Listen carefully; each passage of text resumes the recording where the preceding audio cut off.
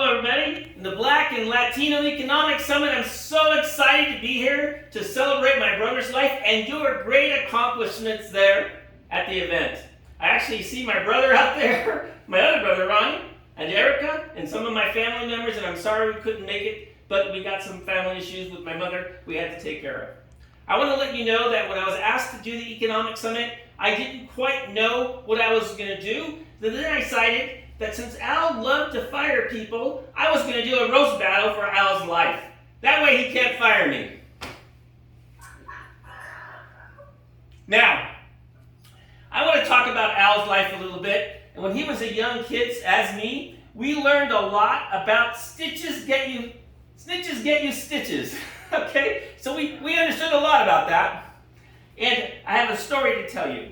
When I was 5 years old, Al was 6.5, we were playing tetherball on a makeshift clothesline in which we actually were playing tetherball. He had a mean left hook and he kept beating me, and I kept getting upset because I'm the youngest boy of 5 family members. And in our life, in Mexican life, the youngest boy is the most spoiled, and I really lived up to that occasion. So I yelled really loud the F word because he was whipping my butt, okay? And the reality is this.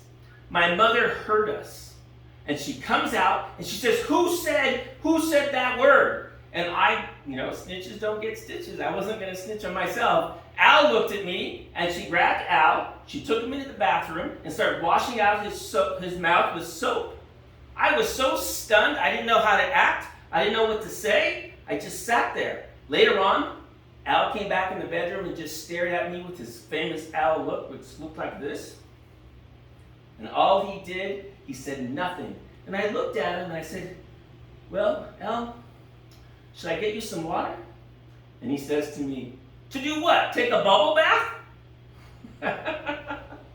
I was so stunned by Al that he had this good idea of what to say and how to come after us after a good comment. And I just looked at him and smiled, and I was glad that we were still friends. And reality is, years later, when we were much older, I learned to trust Al from that story. In fact, he was the first person, when I was gay, I told him I was gay in my family.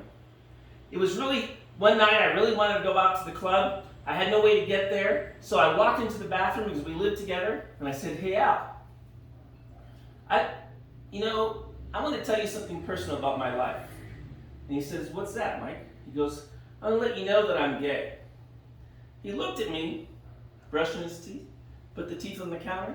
I said, are you just trying to borrow my car? And I looked at him and went, well, and he goes, well, here's the keys. Because I have to be at the base at 5:30, so don't be late. Last time you were late. I said, okay. And then he says, but I want to tell you something about the gay thing. And I said, what's that? He goes, the reality is, Mike, is I don't think you're gay. I don't think you can be gay. And I said, well, why is that, Al? Because, gays have money and you have no money. I'm like, ow. So I walked away and I said, hey, wait, Al, can I borrow $20? Proved my point in one conversation. Al is something that has been very important to me. Now that I live in Mexico City, people always ask me, what is it like to live in Mexico with the cartel and all those things going on in the world? Growing up in the projects, I learned a lot about life. So seeing the cartel, I look at it a little differently.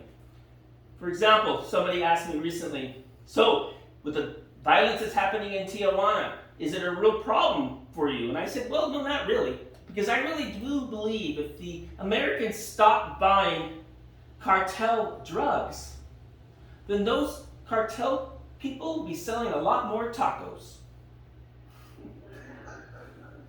And the reality is this. Just make sure when you buy those cartel tacos, don't buy the dry Oaxaca cheese tacos, because those things will mess you up.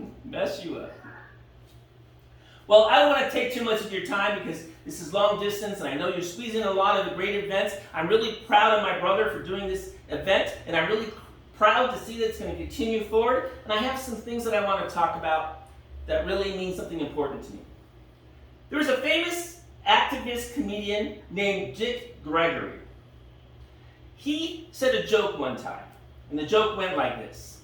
He goes, Negroes can only chase a stick at a white man when they're playing baseball. Anyway, I don't know what that was. But anyways, another famous activist, Cesar Chavez, said in his 7-page speech 7 times that he had a dream. He also said he had hope 7 times in his speech.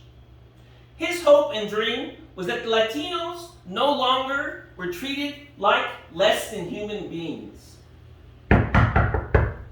Wait, I don't know what this is. Oh. I don't know who that was, but maybe it was Al, I don't know. But anyways, so I have to tell you this. Both those civil rights activists had the same characteristics as my brother Al. They both were strong in the community and wanted to help each of their constituents. Al walked with Cesar Chavez in 1967, along with Ron, my brother, who's also in the audience. So many people have lived to the dreams of both of these men, and I can tell you that so did my brother in setting up dreams. The last thing I want to say to you is, although we did this little roast, I want to thank you, and thank God Al can't fire me. Okay? Thank you, everybody. Have a great day, and I hope you continue to have a great event moving forward. Bye-bye.